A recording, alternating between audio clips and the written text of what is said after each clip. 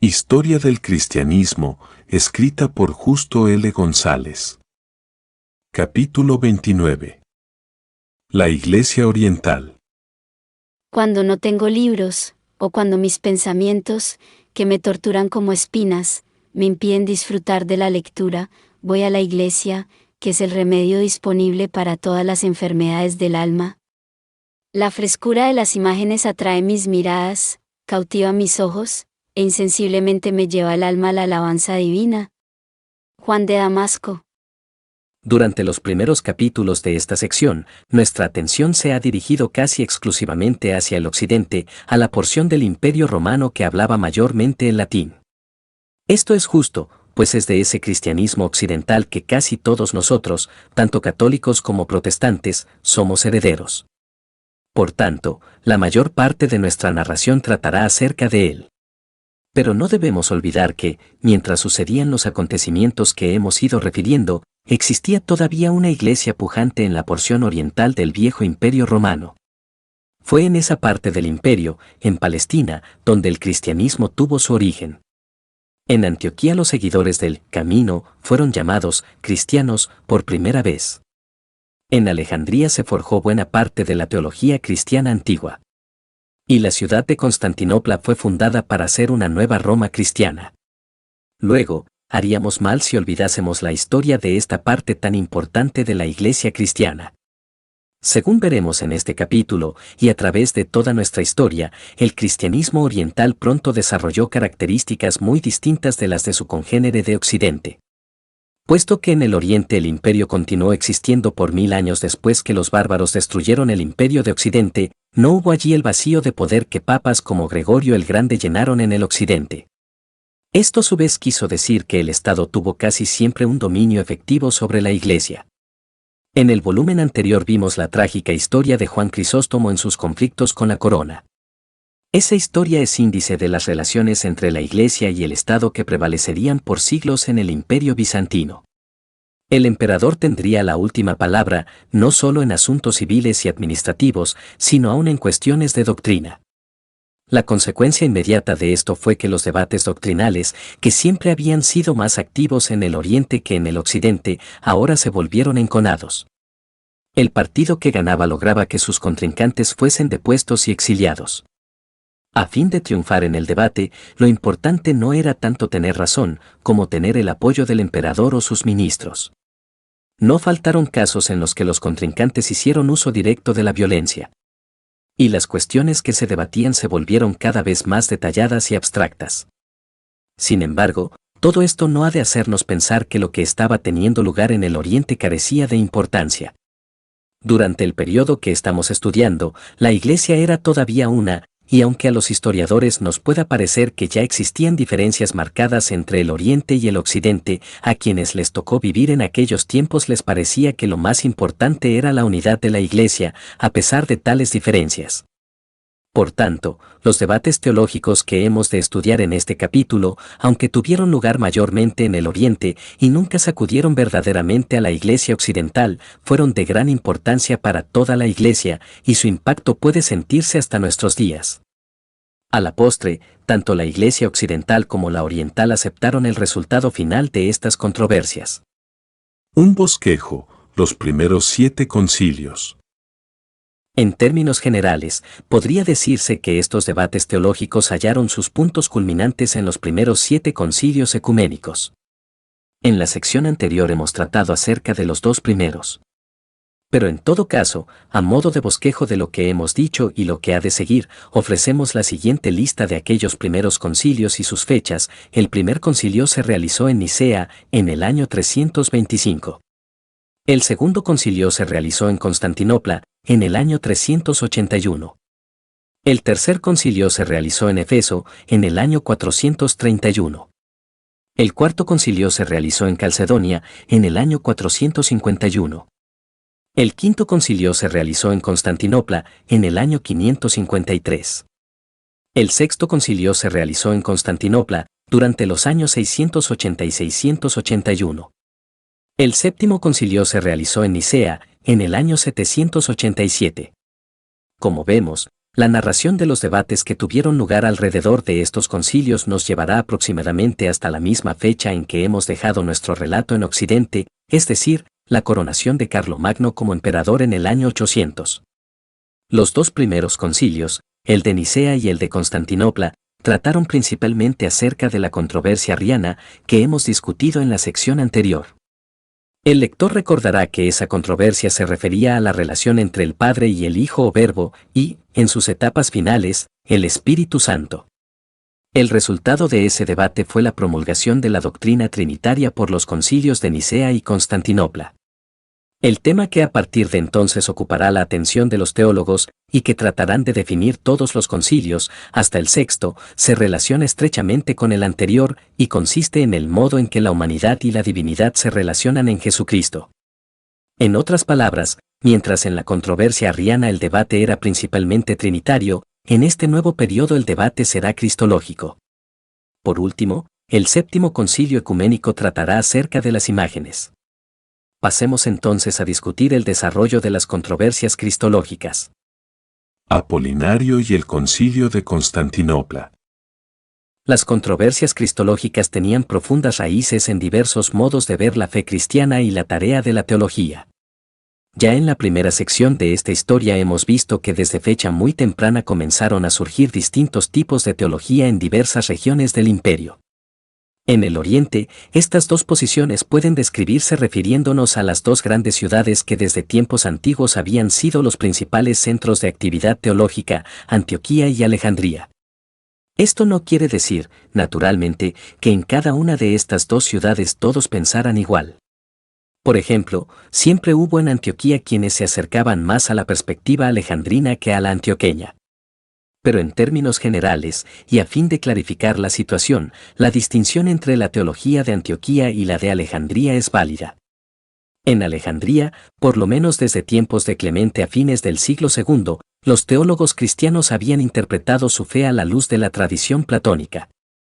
Para ellos, lo importante era descubrir las verdades eternas, de igual modo que Platón había intentado conocer el mundo de las ideas inmutables. El cristianismo era ante todo la verdadera filosofía, superior al platonismo, no porque fuera distinto de él, sino porque lo superaba. La Biblia era un conjunto de alegorías en las que el lector avisado podía descubrir las verdades eternas. Desde este punto de vista, al tratar acerca de la persona de Jesucristo, lo que les importaba a los teólogos alejandrinos era su función como maestro de verdades eternas, como revelación del Padre inefable. Su humanidad no era sino el instrumento mediante el cual el Verbo divino se comunicaba con los seres humanos. Por lo tanto, los teólogos alejandrinos subrayaban sobre todo la divinidad de Jesucristo. En Antioquía, el cristianismo era visto de otro modo. Antioquía se encontraba junto a Palestina, y tanto en la ciudad como en sus alrededores había numerosos judíos que constantemente servían de advertencia a los cristianos, recordándoles el sentido histórico y literal de las Escrituras. Las tierras en que Jesús había vivido y caminado estaban cerca, y por tanto no era posible prescindir del Jesús histórico o relegarlo a segundo plano. Además, desde tiempos antiquísimos los intérpretes antioqueños habían visto la Biblia no como un conjunto de alegorías, sino como una narración que contaba las relaciones de Dios con su pueblo y su creación. Para ellos, esto era más importante que las verdades eternas. Lo que Jesucristo había venido a hacer no era tanto revelarnos principios antes desconocidos, como iniciar una nueva era con una nueva humanidad, la Iglesia. Siglos antes, Ireneo había dicho que desde los mismos inicios de la creación Dios había tenido el propósito de unirse a la humanidad, y que ahora lo había hecho en Jesucristo, para que todos sus seguidores pudiésemos a nuestra vez unirnos a Dios. Desde esta perspectiva, al tratar acerca de la persona de Jesucristo, lo importante no era su función como maestro de verdades eternas o como revelación del Padre inefable, sino su realidad histórica, su humanidad como la nuestra. El mensaje cristiano consistía precisamente en que ahora, en Jesucristo, Dios se había unido a la humanidad. Por tanto, los teólogos antioqueños se sentían obligados a rechazar toda interpretación de la persona de Cristo que de un modo u otro negara u ocultara la realidad de su humanidad. Por otra parte, mucho antes de estallar las controversias que ahora vamos a estudiar, la Iglesia había rechazado cualquier posición extrema que negase, o bien la humanidad, o bien la divinidad de Jesucristo. El docetismo, por ejemplo, decía que el Salvador era un mensajero venido de lo alto, cuya carne humana era pura apariencia. A través de todo el siglo II los escritores cristianos se esforzaron por rechazar semejante interpretación de la persona de Jesucristo, que hacía de él un ser divino, carente de humanidad. Al otro extremo, hubo quienes negaron la divinidad del Salvador al decir que era puro hombre. Uno de estos teólogos, Pablo de Samosata, quien fue obispo de Antioquía en la segunda mitad del siglo III, fue condenado y depuesto precisamente por decir que Jesucristo era puro hombre y que en él no habitaba Dios mismo, sino el poder impersonal de Dios. Luego, al comenzar estas controversias había ciertos límites trazados de antemano. Todos concordaban en que Jesús era tanto divino como humano. Quien negara uno de estos dos elementos sencillamente sería declarado hereje y no causaría debate alguno. Las controversias tendrían que ver, no con la cuestión de si Jesús era divino o no, ni con el asunto de si era humano o no, sino más bien con la cuestión de cómo o en qué sentido Jesús era tanto humano como divino. Las controversias cristológicas comenzaron cuando todavía se debatía la cuestión arriana. El Concilio de Nicea había condenado el arrianismo, pero este había logrado sobrevivir, y los mejores teólogos se esforzaban en refutarlo. Uno de estos teólogos era el obispo Apolinario de la Odisea, amigo de Atanasio y al parecer también de Basilio de Cesarea. Apolinario trató de refutar uno de los argumentos de los arrianos, quienes decían que si el Verbo era verdaderamente Dios eterno e inmutable no se explicaba cómo podía unirse a la humanidad en Jesucristo. Apolinario respondió que en Jesucristo el Verbo divino había tomado el lugar del alma racional. Expliquemos esto. En esa época casi todos concordaban en que en todo ser humano había, además del cuerpo y del alma animal, es decir, el principio que le da vida al cuerpo, el alma racional. Esta es la sede del intelecto y de la personalidad, la que piensa, recuerda y toma decisiones. Sobre esta base, Apolinario dice que, mientras Jesús tenía un cuerpo verdaderamente humano, movido por los impulsos que mueven a cualquier cuerpo humano, el alma animal, su mente era puramente divina. En él, el Verbo ocupaba el lugar que en los demás seres humanos tiene el alma racional. Aunque esta explicación a primera vista parecía satisfactoria, pronto hubo quienes se percataron de sus peligros. Un cuerpo humano con una mente y personalidad puramente divinas no es verdaderamente un ser humano. Además, los teólogos antioqueños no veían cómo tal personaje podía ser el Salvador a quien ellos proclamaban. Desde el punto de vista alejandrino, esta posición era aceptable, pues el Jesús de Apolinario podía ser perfectamente bien un maestro divino que utilizaba su cuerpo humano para traer un mensaje al mundo. Pero desde el punto de vista antioqueño la situación era muy distinta. Si la salvación se basa en el hecho de que en Cristo Dios ha tomado nuestra humanidad, para así salvamos, ¿cómo puede salvarnos un Jesús en quien Dios solo ha tomado el cuerpo humano, y no el alma racional? ¿No es en el alma donde están los peores pecados humanos? ¿Es el cuerpo, o el alma, quien odia, codicia y desea el mal? Para salvar al ser humano en su totalidad, el Verbo ha de unirse a un ser humano completo. Esto lo expresó Gregorio de Nacianzo, el mismo acerca de quien tratamos en la sección anterior, al decir, si alguien cree en él, Jesucristo, como ser humano sin razón humana, el tal sí carece de toda razón, y no es digno de la salvación. Porque Jesucristo no ha salvado lo que no ha tomado. Lo que ha salvado es lo que también unió a su divinidad. Si solo la mitad de Adán cayó, entonces es posible que lo que Cristo toma y salva sea solo la mitad. Pero si toda su naturaleza cayó, es necesario que toda ella sea unida a la totalidad del Verbo a fin de ser salvada como un todo. Epístola 101. La controversia duró algunos años, pero los argumentos de los antioqueños eran tan fuertes que a la postre Apolinario y sus seguidores tendrían que ser condenados. En Roma, el obispo Dámaso y otros obispos de Occidente condenaron las doctrinas de Apolinario, concordando con los antioqueños en que tal explicación destruiría la doctrina cristiana de la salvación. El cronista Epifanio nos cuenta de un sínodo reunido en el año 374, en el cual se adoptó un credo muy parecido al de Nicea, pero que al llegar a la referencia de la encarnación decía, fue hecho hombre, es decir, hombre perfecto, con alma, cuerpo e intelecto, y todo lo que constituye un ser humano.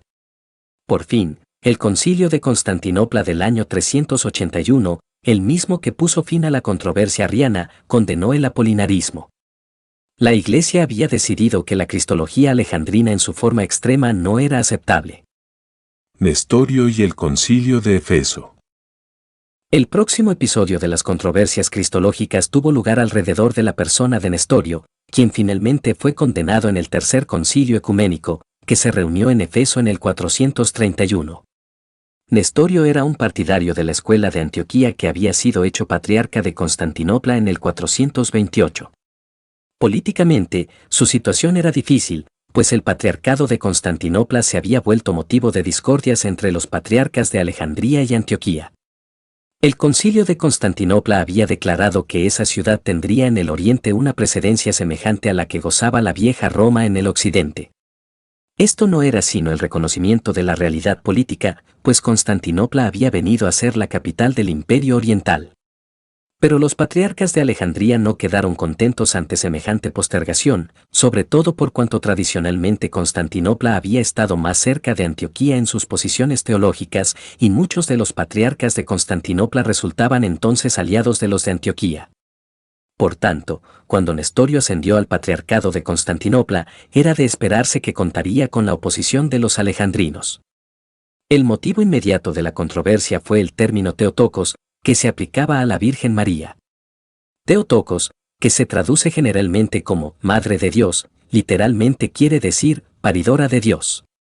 Puesto que muchas veces a los protestantes nos parece que se trata aquí de uno de los temas que estamos acostumbrados a discutir con los católicos romanos, conviene que nos detengamos a aclarar lo que se debatía. La controversia no era de carácter mariológico, sino cristológico.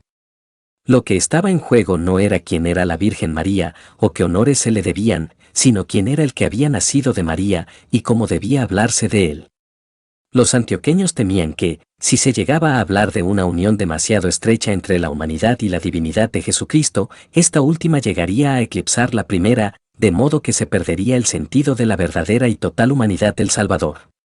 Por tanto, Nestorio creía que había ciertas cosas que debían decirse de la humanidad de Jesucristo y otras que debían decirse de su divinidad, y que tales cosas no debían confundirse. Por tanto, cuando su capellán Anastasio atacó el uso del término Theotokos, diciendo que quien había nacido de María no era Dios, sino la humanidad de Jesús, Nestorio lo apoyó. Lo que Anastasio y Nestorio estaban atacando no era una idea demasiado elevada de la Virgen María, sino la confusión entre divinidad y humanidad que parecía seguirse del término Theotokos. Al explicar su oposición a este término, Nestorio decía que en Jesucristo Dios se ha unido a un ser humano. Puesto que Dios es una persona, y el ser humano es otra, en Cristo ha de haber, no solo dos naturalezas, sino también dos personas. Fue la persona y naturaleza humana la que nació de María, y no la divina. Por tanto, la Virgen es Cristotokos, paridora de Cristo, y no Theotokos, paridora de Dios. Entre estas dos personas, la unión que existe no es una confusión, sino una conjunción, un acuerdo o una unión moral. Frente a tal doctrina, fueron muchos los que reaccionaron negativamente. Si en Jesucristo no hay más que un acuerdo o una conjunción entre Dios y el ser humano, ¿qué importancia tiene la encarnación para la salvación? Si no se puede decir que Dios nació de María, ¿no se puede decir tampoco que Dios habitó entre nosotros? ¿No se puede decir que Dios habló en Jesucristo? ¿No se puede decir que Dios sufrió por nosotros? Llevada a sus conclusiones últimas, la cristología de Nestorio parecería negar los fundamentos mismos de la fe cristiana. Como era de esperarse, el centro de la oposición a Nestorio fue Alejandría. Cirilo, que a la sazón ocupaba el patriarcado de esa ciudad, era mucho más hábil que Nestorio tanto política como teológicamente. Tras asegurarse de que contaba con el apoyo del Papa, para quien la doctrina de las dos personas en Cristo era anatema, Cirilo se lanzó al ataque. Tras una serie de cartas y de otras gestiones, la controversia llegó a tal punto que los emperadores Valentiniano III y Teodosio II decidieron convocar un concilio ecuménico, citando a los obispos a la ciudad de Efeso el 7 de junio del 431. El debate prometía ser acalorado, pues el Papa y el Patriarca de Alejandría se habían declarado en contra de Nestorio, mientras que el Patriarca de Antioquía, Juan, lo defendía. Venido el día en que el concilio debía reunirse, Cirilo había llegado, acompañado de un número de obispos egipcios y de monjes decididos a defender a toda costa la doctrina alejandrina. Pero Juan de Antioquía no llegó a tiempo, y los legados del Papa también estaban atrasados.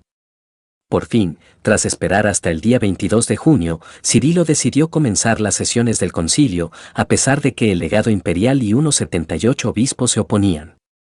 El concilio trató rápidamente el caso de Nestorio y, sin darle oportunidad a defenderse, lo condenó como hereje y lo declaró depuesto.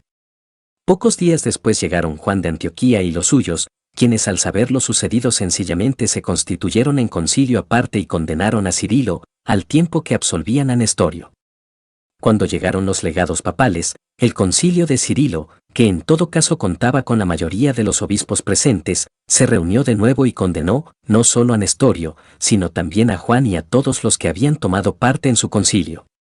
Ante tales resultados, Teodosio II intervino en el debate y encarceló tanto a Cirilo como a Juan. A esto siguió una larga y complicada serie de negociaciones hasta que por fin, en el año 433, Juan y Cirilo se pusieron de acuerdo en una fórmula de unión. Mientras tanto, Nestorio fue depuesto y enviado a un monasterio en Antioquía.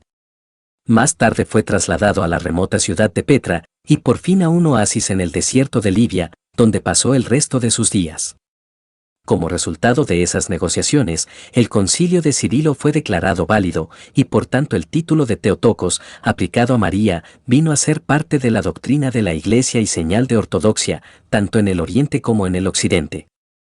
Antes de pasar al próximo episodio en esta serie de controversias, debemos señalar que la mayoría de los reformadores protestantes del siglo XVI, al tiempo que se lamentaba del excesivo culto a María en la Iglesia que trataban de reformar, aceptaba como válido este tercer concilio ecuménico, y por tanto estaba dispuesta a llamar a María, Madre de Dios.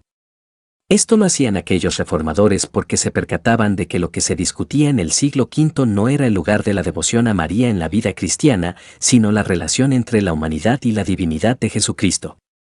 Eutiques y el concilio de Calcedonia. El segundo episodio en la larga serie de controversias cristológicas había terminado en una gran victoria para Alejandría, pues el antioqueño Nestorio había sido condenado como hereje y enviado al exilio. Pero cuando en el año 444 Dioscoro sucedió a Cirilo en el patriarcado de Antioquía, la querella estaba lista a explotar de nuevo. Dioscoro era un hombre ambicioso que quería asegurarse del triunfo definitivo y aplastante de Alejandría sobre sus rivales Antioquía y Constantinopla, y que casi logró su propósito. Esta vez el conflicto tuvo lugar alrededor de la persona de Eutiques, un monje de fuertes convicciones alejandrinas que residía en Constantinopla. El nuevo patriarca de esa capital era Flaviano, ante quien Eutiques fue acusado de herejía por negarse a aceptar, y atacar abiertamente, ciertas frases de la fórmula de unión del año 433. En concreto, Eutiques negaba que Jesucristo existía en dos naturalezas después de la encarnación, y que fuera, en virtud de su humanidad, consubstancial a nosotros. Al parecer, Eutiques se atrevía a atacar abiertamente la fórmula de reunión porque contaba con el apoyo de Dioscoro y del gran chambelán Crisapio. Este último era quien de veras regía los destinos del imperio, pues Teodosio II no se ocupaba ya de los asuntos del gobierno, y los había dejado en manos de su gran chambelán. Convencido de que quienes lo apoyaban eran poderosos, Eutiques se presentó arrogantemente ante el sínodo que había sido convocado por Flaviano para tratar acerca de las acusaciones que se hacían contra él. Lo que Eutiques no sabía era que de hecho Dioscoro quería que el sínodo lo condenase, para así tener una causa que defender contra Flaviano. Luego, mientras Eutiques creía que las autoridades imperiales estaban a su favor, éstas tenían instrucciones de asegurarse de que el sínodo lo condenase. Así fue, y entonces Dioscoro salió en defensa suya, diciendo que Flaviano había actuado injustamente. Pronto el caso de Eutiques se volvió motivo de discordia en toda la Iglesia. Tanto él como Flaviano le escribieron a León el Grande, que a la sazón era papa, el uno para apelar contra la decisión del sínodo que lo había condenado, y el otro para darle noticias acerca de ese sínodo y de las doctrinas de Eutiques. Al mismo tiempo, Dioscoro acusaba de herejía a todos los que salían en defensa de Flaviano. Al parecer, hubo oro alejandrino que pasó de las manos de Dioscoro a las de Crisapio. En todo caso, el emperador convocó por fin un nuevo concilio, que debería reunirse en Efeso en el 449. Desde sus mismos inicios, se pudo ver que el concilio estaba en manos de Dioscoro. 2 días antes de comenzar las sesiones, el emperador, a instancias de Crisapio, nombró a Dioscoro presidente de las mismas y le dio autoridad de hacer callar a quien quiera osase hablar en contra de la fe de la Iglesia.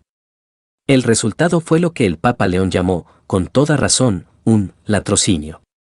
Dioscoro no permitió hablar a ninguno de los que se oponían a las doctrinas de Eutiques. Cuando los legados de León trataron de leer una carta que el Papa había escrito dando a conocer su apoyo a la condenación de Eutiques, Dioscoro no se lo permitió. Flaviano trató de defenderse, y los partidarios de Dioscoro lo golpearon y pisotearon con tal violencia que a los pocos días murió. La doctrina según la cual había en Cristo 2 naturalezas fue condenada, y todos los principales exponentes de la teología antioqueña fueron declarados herejes y depuestos. Por último, para asegurarse de que su victoria sería definitiva, Dioscoro y los suyos decretaron que en lo sucesivo no se ordenaría a quienes sostuvieran las herejías de Nestorio y Flaviano, que para Dioscoro eran la misma cosa. Al conocer los decretos del concilio de Efeso, el Papa León se negó a aceptarlos. Según él, el supuesto concilio no era sino un conciliábulo de ladrones. Pero todas sus gestiones eran en vano. Teodosio II y Crisapio daban por terminada la cuestión, y estaban perfectamente contentos con el resultado del concilio. En esto estaban las cosas cuando ocurrió lo inesperado. El emperador, quien era un excelente jinete, tuvo un accidente ecuestre y murió. Lo sucedió su hermana Pulqueria, quien contrajo matrimonio con el militar Marciano, y gobernó con él. Pulqueria era una mujer fuerte que había dado tales muestras de habilidad en el manejo de los asuntos imperiales que había quienes estaban convencidos de que podría gobernar con firmeza y justicia. Poco antes de morir, Teodosio la había expulsado de la corte, probablemente porque se oponía a los manejos de Crisapio. Durante el periodo inmediatamente después del latrocinio de Efeso, ella fue uno de los principales defensores de la posición de León. Ahora que le tocó gobernar, se dedicó, junto a su esposo, a deshacer lo que Teodosio, Crisapio y Dioscoro habían hecho. Los obispos depuestos fueron instalados de nuevo en sus diócesis y los restos de Flaviano fueron colocados en la Basílica de los Apóstoles en medio de una gran ceremonia. Muchos de los obispos que antes habían seguido las directrices de Dioscoro vieron que ahora soplaban vientos nuevos y cambiaron de posición teológica. Por fin Pulqueria y Marciano convocaron a un gran concilio que debería reunirse en Nicea en el 451, pero que por una serie de circunstancias se reunió en Calcedonia. Este es el concilio que generalmente recibe el título de Cuarto Concilio Ecuménico. A él acudieron 520 obispos, un número mayor que a cualquiera de los concilios anteriores. El nuevo concilio pronto condenó a Eutiques y a Dioscoro, al tiempo que perdonó a todos los demás participantes en el latrocinio de Efeso. La carta que León le había escrito a Flaviano y que Dioscoro había prohibido que se leyese en Efeso fue leída, y muchos de los presentes declararon que en esa carta se exponía su propia fe. Lo que León decía en ella era esencialmente lo mismo que había dicho Tertuliano siglos antes: en Cristo hay 2 naturalezas, la humana y la divina, unidas en una sola persona. A partir de entonces, la Carta de León, o Epístola dogmática, ha gozado de gran autoridad en casi toda la Iglesia cristiana, donde se le ha tenido por exponente fiel de la cristología ortodoxa. Por fin, tras varios obstáculos de carácter legal, los obispos reunidos en Calcedonia redactaron la definición de fe, que es posiblemente el punto culminante en toda esta serie de acontecimientos, y que es aceptada hasta el día de hoy por la mayoría de las iglesias. Esta definición, que a primera vista parece excesivamente complicada y hasta contradictoria, solo se entiende si la leemos a la luz de la historia que hemos venido narrando, pues en ella aparece toda una serie de frases cuyo propósito es reafirmar la condenación de las diversas herejías que habían sido rechazadas hasta ese momento. Dice así: siguiendo pues a los santos padres, enseñamos todos a una voz que ha de confesarse uno y el mismo Hijo, nuestro Señor Jesucristo, el cual es perfecto en divinidad y perfecto en humanidad, verdadero Dios y verdadero hombre, de alma racional y cuerpo, consubstancial al Padre según la divinidad, y asimismo consubstancial a nosotros según la humanidad, semejante a nosotros en todo, pero sin pecado, engendrado del Padre antes de los siglos según la divinidad, y en los últimos días, y por nosotros y nuestra salvación, de la Virgen María, la Madre de Dios, Teotocos, según la humanidad, uno y el mismo Cristo Hijo y Señor unigénito, en dos naturalezas, sin confusión, sin mutación, sin división, sin separación, y sin que desaparezca la diferencia de las naturalezas por razón de la unión, sino salvando las propiedades de cada naturaleza, y uniéndolas en una persona e hipóstasis, no dividido o partido en dos personas, sino uno y el mismo Hijo unigénito, Dios Verbo y Señor Jesucristo. Según fue dicho acerca de él por los profetas de antaño y nos enseñó el propio Jesucristo, y nos lo ha transmitido el credo de los padres. La lectura de esta definición muestra claramente que su propósito no es resolver la cuestión de cómo se unen en Jesucristo la divinidad y la humanidad, sino más bien evitar que se vuelva a caer en algunos de los errores en que otros han caído. Por tanto, el término definición le viene perfectamente bien. No se trata de una explicación del misterio de la encarnación, sino más bien de una definición, es decir, de una serie de límites que se establecen, pero dentro de los cuales puede haber diversas posiciones ortodoxas. Es así como casi toda la Iglesia cristiana la ha aceptado y utilizado a través de los siglos. Por otra parte, cabría preguntarse si esta definición no dista mucho del tono sencillo de los evangelios. A tal pregunta, la respuesta ha de ser afirmativa, aunque al mismo tiempo hemos de añadir que esto no fue culpa de los obispos reunidos en Calcedonia, sino que fue más bien el resultado del modo en que se había planteado el problema cristológico. Según hemos dicho anteriormente, desde fecha relativamente temprana la Iglesia comenzó a hacer uso de lo que los filósofos habían dicho acerca del Ser Supremo para entender la doctrina de Dios. El problema está en que esa idea filosófica del Ser Supremo consiste precisamente en la negación de todo lo que es humano. Así se llegó a concebir la divinidad como algo radicalmente opuesto a la humanidad. Pero, puesto que la principal doctrina cristiana era precisamente que Dios se hizo hombre en Jesucristo, esto llevó a los teólogos a preguntarse cómo podían unirse la divinidad y la humanidad, ambas concebidas en términos de mutua oposición. Quizás si la Iglesia hubiera seguido, no la doctrina de los filósofos, sino el modo de ver a Dios en que lo hacían personajes tales como Ireneo, el curso de su desarrollo cristológico habría sido otro. Pero en todo caso, dadas las circunstancias, hemos de decir que la definición de Calcedonia era el mejor modo posible de afirmar el mensaje cristiano de la presencia de Dios en Cristo. Tras el concilio de Calcedonia, hubo muchos que no quedaron satisfechos con sus resultados. A estas personas se les dio el nombre de monofisitas, derivado de dos raíces griegas que quieren decir una sola naturaleza. Este nombre se les dio porque se negaban a aceptar la doctrina de las dos naturalezas en Cristo. Puesto que los concilios supuestamente ecuménicos de hecho no representaban el sentir de las iglesias que existían fuera de las fronteras del imperio, pronto hubo algunas de estas iglesias que se negaron a aceptar el concilio de Calcedonia, y que por tanto recibieron el nombre de monofisitas. Otras, que se negaron a aceptar el tercer concilio ecuménico, Efeso, 431, fueron llamadas nestorianas. Acerca de estas iglesias trataremos en el próximo capítulo, que estará dedicado por entero al cristianismo fuera de las fronteras del imperio. Los 3 capítulos y el segundo concilio de Constantinopla. La definición de Calcedonia no puso término a los debates acerca de la persona de Jesucristo. Esto se debió en parte a que hubo muchos, aún dentro de los confines del imperio, que no la aceptaron. En Egipto, Dioscoro pronto fue tenido por mártir, y su doctrina por la única ortodoxa. También en Siria, el monofisismo se hizo cada vez más popular.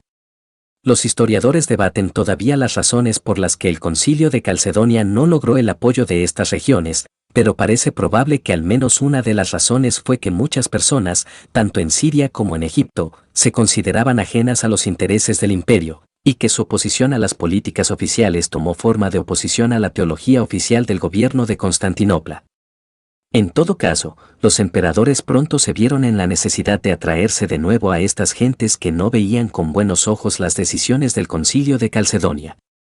Egipto y Siria incluían algunas de las provincias más ricas del imperio, y era necesario calmar la inquietud religiosa que bullía allí. Por estas razones, fueron varios los emperadores que trataron de ganarse el apoyo de los monofisitas.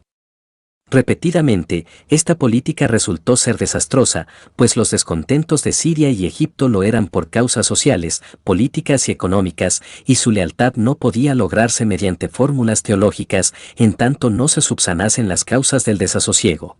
Al mismo tiempo, la política imperial enajenó a muchos súbditos leales, la mayoría de los cuales aceptaba y defendía las decisiones de Calcedonia. El primer emperador en tratar de intervenir directamente en el debate fue Basilisco, quien había destronado a su predecesor Zenón. En el 476, es decir, 25 años después del concilio de Calcedonia, Basilisco publicó un edicto en el que se convocaba a un nuevo concilio, y se anulaban las decisiones de Calcedonia. El concilio convocado por Basilisco nunca tuvo lugar, pues poco después de su edicto Zenón recobró el trono. El propio Zenón intentó ganarse la buena voluntad de los monofisitas más moderados al publicar en el 482 un edicto de unión, el Enoticón. Para esto contaba con el apoyo del patriarca Casio de Constantinopla, quien se había ganado el respeto de los defensores de Calcedonia al oponerse al edicto de Basilisco. La solución de Zenón consistía en llamar a todos los cristianos a la antigua fe en que todos concordaban, según esta había sido proclamada en los primeros dos concilios ecuménicos. Empero el edicto de Zenón, en lugar de promover la unidad de la Iglesia, la dividió aún más. Entre los opositores de Calcedonia, que como hemos dicho recibían en conjunto el nombre monofisitas, había algunos que de veras insistían en la naturaleza única del Salvador al decir que, en virtud de la encarnación, la humanidad de Cristo quedaba absorbida por la divinidad, de tal modo que era erróneo referirse a la humanidad de Cristo como tal. Pero había otros cuya fe se acercaba mucho a la de Calcedonia y que se oponían a las decisiones de ese concilio porque, a su entender, dejaban la puerta abierta para las doctrinas de Nestorio. El edicto de Zenón, que rechazaba claramente el nestoranismo, fue del agrado de estos últimos, quienes lo aceptaron, mientras que los verdaderos monofisitas, que no podían darse por satisfechos mientras no se condenara la doctrina de las dos naturalezas, lo rechazaron. Luego, el edicto de Zenón dividió a los monofisitas entre sí. Pero mucho más serio fue el cisma que este edicto ocasionó en la Iglesia de Occidente. El Papa Félix III se opuso al edicto imperial por dos razones. En primer lugar, en él no se mencionaba la doctrina de las dos naturalezas de Cristo, que desde tiempos antiguos había sido la enseñanza de la Iglesia occidental y que constituía el meollo de la epístola dogmática de León. En segundo lugar, el Papa insistía en que el emperador no tenía autoridad para juzgar en materia de doctrina. El resultado fue que Félix excomulgó al patriarca Casio, con quien había chocado por otros motivos.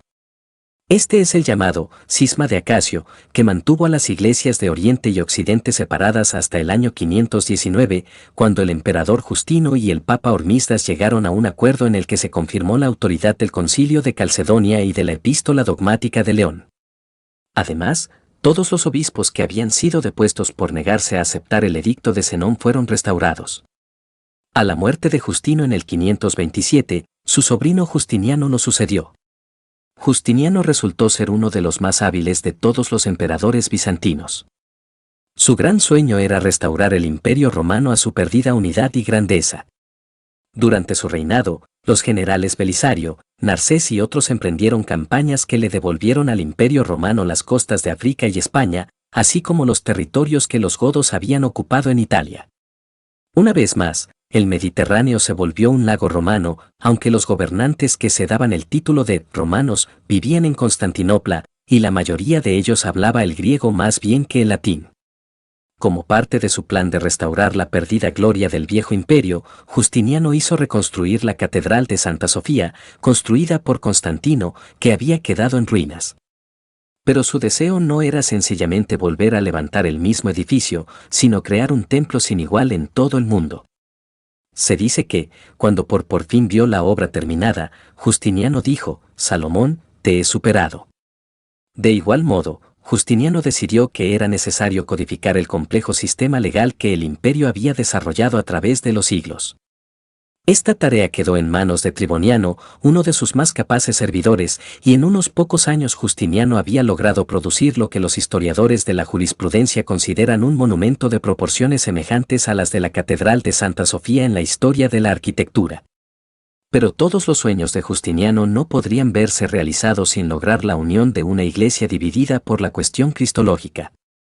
En Egipto y Siria había gran número de personas que se consideraban desleales al emperador y a todo el gobierno de Constantinopla, a quienes acusaban de herejía. El propio Justiniano creía que el concilio de Justiniano estaba convencido de que las diferencias entre los calcedonenses y los monofisitas más moderados eran mayormente verbales y que mediante una serie de conversaciones esas diferencias podían ser superadas. En el siglo XX, muchos historiadores concuerdan con el juicio de Justiniano acerca del carácter verbal de la controversia, aunque al mismo tiempo señalan que había otras cuestiones políticas, étnicas, culturales y económicas que dificultaban todo acercamiento y de las que el emperador no parece haberse percatado. En todo caso, Justiniano comenzó a tratar a los monofisitas con más moderación que su tío y predecesor Justino. Muchos de los obispos que habían sido exiliados fueron invitados a regresar a sus sedes. Otros recibieron invitaciones para visitar al emperador y la emperatriz en palacio, donde fueron recibidos cortés y amistosamente. En el 532, a instancias del emperador, se reunió en Constantinopla un grupo de teólogos de ambas partes. Justiniano tenía grandes esperanzas acerca del resultado de esta conferencia. Leoncio de Bizancio, el más distinguido teólogo calcedonense de la época, estaba presente. En la conferencia, uno de los 6 obispos monofisitas presentes declaró que había quedado convencido y que estaba dispuesto a aceptar la fórmula de Calcedonia. El propio Justiniano, quien presidió algunas de las sesiones, parece haber quedado convencido de que sería relativamente fácil lograr un acercamiento entre los calcedonenses y la mayoría de los monofisitas. Al año siguiente el propio emperador publicó su confesión de fe, en la que, sin hacer uso de la frase «en 2 naturalezas», se mostraba ortodoxo. Su propósito era atraer a los monofisitas moderados. Pero de aquella conferencia que despertó tantas esperanzas en el emperador surgiría una nueva controversia que una vez más dividiría a la Iglesia. Se trata de la controversia llamada de los 3 capítulos. En el curso de la conferencia de Constantinopla, y a través de sus muchas conversaciones con los jefes monofisitas, Justiniano se percató de que estos no se oponían tanto al concilio de Calcedonia como a las enseñanzas de algunos de los teólogos antioqueños que parecían formar el trasfondo de ese concilio. Estos teólogos eran principalmente 3, Teodoro de Mopsuestia, Teodoreto de Ciro el Vaz de Edesa. Todos ellos habían muerto largo tiempo antes, y sus enseñanzas no eran doctrina oficial de la Iglesia. Pero el concilio de Calcedonia parecía haber tomado de ellos algunas de las principales frases de la definición de fe. Lo que preocupaba a los monofisitas, aun a los más moderados, era que en las obras de estos 3 teólogos se encontraban aseveraciones que se acercaban demasiado al nestorianismo. Todos ellos eran teólogos antioqueños, y por tanto tendían a subrayar la humanidad del Salvador, y a distinguir entre ella y la divinidad, de un modo que les parecía peligroso a los monofisitas. Esta situación le dictó al emperador el curso a seguir. ¿Por qué no condenar las obras de estos 3 teólogos, para así garantizarles a los monofisitas moderados que el concilio de Calcedonia, con su afirmación de las 2 naturalezas, no se interpretaría en sentido nestoriano? Esto fue precisamente lo que hizo Justiniano, mediante 2 edictos promulgados en el 544 y el 551. A partir de entonces, la obra, y a veces las personas, de los 3 teólogos condenados recibió el nombre de los 3 capítulos. Los principales obispos orientales aceptaron estos edictos, aunque al parecer varios de ellos lo hicieron bajo presión imperial. En el occidente la reacción fue muy distinta, pues varios de los principales obispos temían que la condenación de los 3 capítulos era un paso inicial hacia la condenación del concilio de Calcedonia. Pero el Papa Vigilio era criatura de la emperatriz y por tanto carecía de fuerza moral para oponerse a los edictos imperiales. Cuando el emperador se percató de que su primer edicto no era bien recibido en el occidente, hizo llevar a Vigilio a Constantinopla, donde a la postre el Papa cedió a la presión imperial. La capitulación del Papa, empero, tuvo resultados contraproducentes.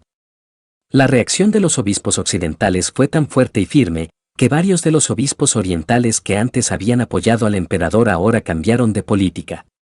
En vista del revuelo causado, el propio Papa cambió de opinión y retiró su condenación de los 3 capítulos. Fue entonces cuando Justiniano promulgó su segundo edicto, año 551, en el que reiteraba la condenación de los 3 capítulos. Todo esto produjo tal revuelo que por fin el emperador decidió convocar a un concilio general. Esta asamblea, que recibe el título de Quinto Concilio Ecuménico, se reunió en Constantinopla en el 553. Mientras tanto, el Papa se encontraba también en la ciudad, pues Justiniano no le había permitido regresar a Roma. Al concilio, Vigilio le envió una comunicación en la que, al tiempo que condenaba algunas frases que se encontraban en los 3 capítulos, se negaba a condenar a los autores en cuestión. Pero a pesar de ello, la asamblea, que representaba los intereses del emperador, condenó los 3 capítulos. Ante tal decisión, Vigilio insistió en su posición por algunos meses, pero a la postre capituló, accediendo a los deseos de Justiniano. Aunque esa actitud vacilante por parte del Papa produjo varios cismas en Occidente, a la postre toda la Iglesia occidental aceptó el Concilio de Constantinopla del año 553 como el quinto concilio ecuménico. El monotelismo y el tercer concilio de Constantinopla. El último intento por parte del gobierno bizantino de atraerse a los monofisitas tuvo lugar en época del emperador Heraclio, a principios del siglo VII. El patriarca Sergio de Constantinopla, tras varios ensayos fallidos de fórmulas de acercamiento con los monofisitas, propuso la doctrina que se ha dado en llamar monotelismo. Esta palabra viene de las raíces griegas mono, que quiere decir uno, y célema, que quiere decir voluntad. Luego, lo que Sergio proponía era que en Cristo, al mismo tiempo que había 2 naturalezas, la divina y la humana, según lo había declarado el Concilio de Calcedonia, había una sola voluntad. Más allá de esto, la doctrina de Sergio no está clara, pues sus posiciones y las de sus seguidores variaron tanto, y fueron hasta tal punto confusas, que al monotelismo se le ha dado el nombre de la herejía camaleón. Al parecer, lo que Sergio quería decir era que en Cristo no había otra voluntad que la divina. Cuando se le preguntó al Papa Honorio qué pensaba él acerca de la fórmula de Sergio, el Papa la aprobó. Pero pronto surgió oposición en varias partes del imperio. El teólogo que más se distinguió en este sentido fue Máximo de Crisópolis, a quien se conoce como Máximo el Confesor. A la postre, en el año 648, la oposición al monotelismo llegó a tal grado que el emperador Constante II prohibió toda discusión acerca de si había en Cristo una o 2 voluntades. Cuando el emperador promulgó esta prohibición, el imperio había perdido su interés en atraerse a los monofisitas. En efecto, Siria y Egipto, las regiones donde el monofisismo tenía mayor arraigo dentro del imperio, habían sido conquistadas poco antes por los árabes. Esto quería decir que a partir de entonces la corte de Constantinopla, en lugar de preocuparse por lograr la buena voluntad de los monofisitas de Egipto y Siria, tenía que mejorar sus relaciones con los cristianos calcedonenses que constituían la mayoría, tanto en los territorios que todavía pertenecían al imperio, como en el occidente. En consecuencia, el Sexto Concilio Ecuménico, reunido en Constantinopla en el 680 y el 681, condenó el monotelismo y reafirmó la definición de fe de Calcedonia. Entre los monotelitas condenados específicamente por el concilio se contaba el Papa Honorio. Este caso de un papa condenado por nombre como hereje por un concilio ecuménico fue una de las dificultades a que tuvieron que enfrentarse los católicos que en el siglo XIX lograron que el primer concilio vaticano promulgara la infalibilidad papal. La cuestión de las imágenes y el segundo concilio de Nicea.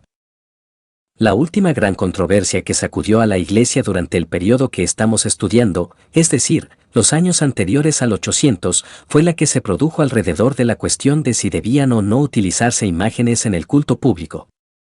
En la antigua Iglesia cristiana, no parece haber habido oposición alguna a la decoración de las iglesias mediante imágenes, por lo general alusivas a algún episodio bíblico. Tales imágenes se encuentran tanto en las catacumbas romanas como en la iglesia de Dura Europo, la más antigua que se conserva. Sin embargo, según fue habiendo mayor número de conversos al cristianismo procedentes del paganismo, hubo pastores que comenzaron a temer que el uso de imágenes en las iglesias podría llevar a algunos a la idolatría. Por tanto, algún tiempo después de la conversión de Constantino, empiezan a encontrarse en los sermones cristianos amonestaciones contra el uso indebido de las imágenes. Al mismo tiempo, sin embargo, se insistía en el valor de tales imágenes como el libro de los incultos. En una época en que eran pocos los que sabían leer, y menos los que poseían libros, las imágenes servían para comunicarles a los fieles algunos de los episodios bíblicos más importantes. La controversia estalló cuando el emperador León III, que no ha de confundirse con el papa del mismo nombre, mandó derribar una estatua de Cristo que era muy venerada en Constantinopla. A partir de entonces, y a través de toda una serie de decretos imperiales, la campaña contra las imágenes tomó cada vez mayor impulso. En el año 754, el hijo de León, Constantino V, convocó un concilio que prohibió el uso de imágenes en el culto, y condenó a los que habían salido en defensa de ellas, especialmente al patriarca Germán de Constantinopla y al famoso teólogo Juan de Damasco. Así surgieron dos partidos, que recibieron los nombres de iconoclastas, destructores de imágenes, e iconodulos, adoradores de imágenes. Los argumentos de los iconoclastas se basaban en los pasajes bíblicos que prohíben la idolatría, particularmente Éxodo 24, 5. Pero aparte de esto, los historiadores no concuerdan acerca de las razones que llevaron a los emperadores a desatar su campaña iconoclasta. No cabe duda que León III era un hombre de fe sincera. Pero además es muy posible que sus decretos se hayan debido a un deseo de desmentir a los musulmanes que acusaban a los cristianos de idolatría. Frente a esta posición, los defensores de las imágenes trataban de relacionar lo que ahora se discutía con las controversias cristológicas que habían tenido lugar en los siglos anteriores. La razón por la cual es posible representar los misterios divinos mediante imágenes es que, en Cristo, Dios mismo nos ha dado su imagen. Negarse a representar a Cristo equivaldría a negar su humanidad. Si Cristo fue hombre, ha de ser posible representarlo, como se puede representar a cualquier otro hombre. Además, el primer creador de las imágenes fue Dios mismo, al crear a la humanidad a su imagen. Estos argumentos se encuentran claramente expuestos en las siguientes líneas de Juan de Damasco, puesto que algunos nos culpan por reverenciar y honrar imágenes del Salvador y de Nuestra Señora, y las reliquias e imágenes de los santos y siervos de Cristo. Recuerden que desde el principio Dios hizo al ser humano a su imagen. ¿Por qué nos reverenciamos unos a otros, si no es porque somos hechos a imagen de Dios? Por otra parte, ¿quién puede hacer una copia del Dios que es invisible, incorpóreo, incircunscribible y carente de figura? Darle figura a Dios sería el máximo de la locura y la impiedad. Pero puesto que Dios, por sus entrañas de misericordia y para nuestra salvación, se hizo verdaderamente hombre, vivió entre los humanos, hizo milagros, sufrió la pasión y la cruz, resucitó y fue elevado al cielo, y puesto que todas estas cosas sucedieron y fueron vistas por los humanos, los padres, viendo que no todos saben leer ni tienen tiempo para hacerlo, aprobaron la descripción de estos hechos mediante imágenes, para que sirvieran a manera de breves comentarios. La controversia continuó durante varios años. Aunque teóricamente los edictos imperiales eran válidos en todo el antiguo Imperio Romano, de hecho el Occidente nunca los aplicó, mientras que en el Oriente la Iglesia se dividió. Por fin, cuando la regencia cayó sobre los hombros de la emperatriz Irene, esta cambió la política imperial con respecto a las imágenes, y entre ella, el patriarca Tarasio de Constantinopla y el papa Adriano convocaron a un concilio. Esta asamblea tuvo lugar en Nicea en el año 787 y recibe el nombre de Séptimo Concilio Ecuménico. Este concilio restauró el uso de las imágenes en las iglesias, al mismo tiempo que estableció que no eran dignas de la adoración debida solo a Dios, en griego, latría, sino de una adoración o veneración inferior, en griego, dulia. Aunque en el siglo IX los iconoclastas volvieron al poder por algún tiempo, en el año 842 las imágenes fueron finalmente restauradas, y hasta el día de hoy todas las iglesias de origen bizantino celebran esa ocasión en la fiesta de la ortodoxia. En el occidente, aunque no hubo un movimiento iconoclasta, los reyes carolingios se negaron a aceptar las decisiones del Séptimo Concilio Ecuménico, no porque se opusieran a las imágenes, sino porque en latín solo había un término para traducir las dos palabras griegas, latría y dulia, y por tanto los francos temían que lo que el concilio había dicho era que las imágenes debían ser adoradas. Pero a la postre esta dificultad quedó aclarada, y la mayor parte de la cristiandad aceptó la autoridad del Concilio de Nicea del año 787.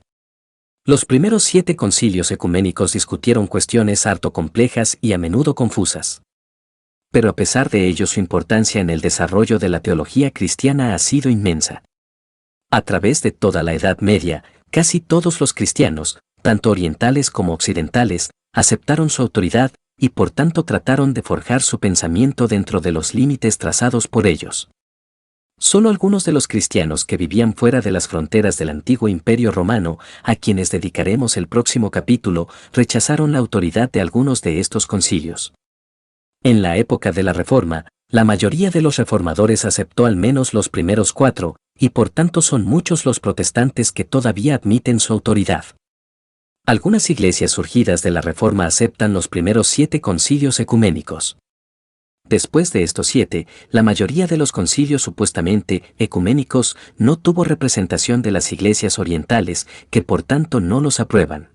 Queridos amigos, si les gustó este capítulo no olviden darle like, suscribirse y ver el próximo capítulo que les dejo en la descripción. Nos vemos allá.